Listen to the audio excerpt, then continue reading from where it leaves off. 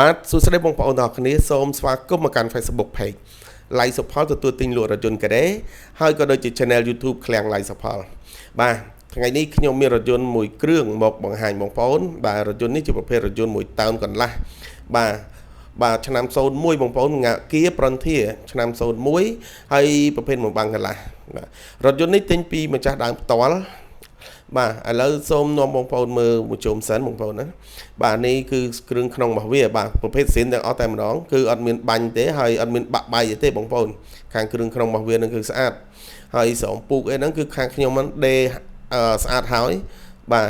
ហើយគឺទាំង flafong ទាំងអីនេះគឺស្អាតបាទរថយន្តនេះប្រភេទដូចជាប្រភេទសំណុំឃ្លាំងដែរបងប្អូនបាទស្មើនឹង 90% នៃរថយន្តឃ្លាំងដែរបងប្អូនបាទហើយចំពោះជើងក្រោមរបស់វាបងប្អូនខាងខ្ញុំបាទហ្នឹងក៏បានឡើងកង់ឡើងជាទីហើយបាទកង់ខ្ញុំបាទដូរទាំង6គ្រាប់តែម្ដងដូរថ្មីហែកថ្មីដាក់ចូលទាំងអស់តែម្ដងបងប្អូនគឺមិនឲ្យបងប្អូនទាស់ម្ដងទេរថយន្តនេះគឺយកទៅប្រើតែម្ដងកង់ជាទីឡើងហើយអញ្ចឹងបងប្អូនយកទៅ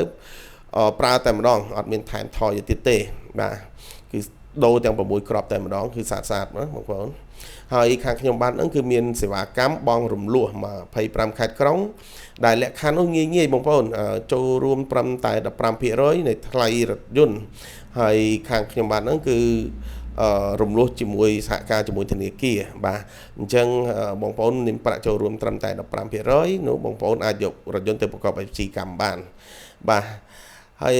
ឡាននេះឡានស្អាតបងប្អូនទូប្រភេទទូឡានកូរ៉េទូមកពីកូរ៉េតែម្ដងបងប្អូនបាទមិនមែនជាទូធ្វើនៅស្រុកខ្មែរយើងទេ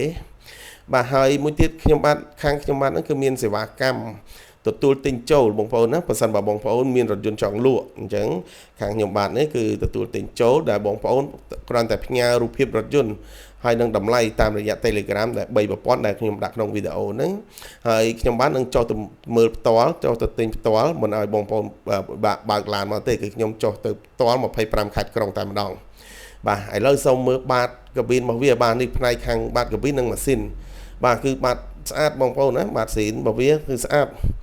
បាទហើយម៉ាស៊ីននោះគឺស្អាតតែម្ដងម៉ាស៊ីនត្រជាក់ក៏មាន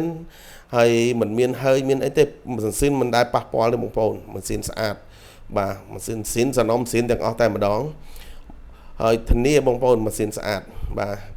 ហើយខាងខ្ញុំបាទនេះទីតាំងគឺនៅផ្លូវទំនប់កប់ស្រូវបងប្អូនណាទីតាំងរបស់ខ្ញុំបាទហ្នឹងផ្លូវទំនប់កប់ស្រូវ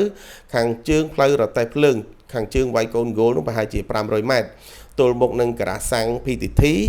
ជិតខ្លងទ្វារវត្តពូបងប្អូនណានៅក្បែរខ្លងទ្វារវត្តពូទល់មុខនឹងការ៉ាសាំង PTT ខាងជើងផ្លូវរទេះភ្លើងប្រហែលជា500ម៉ែត្របាទសូមអរគុណ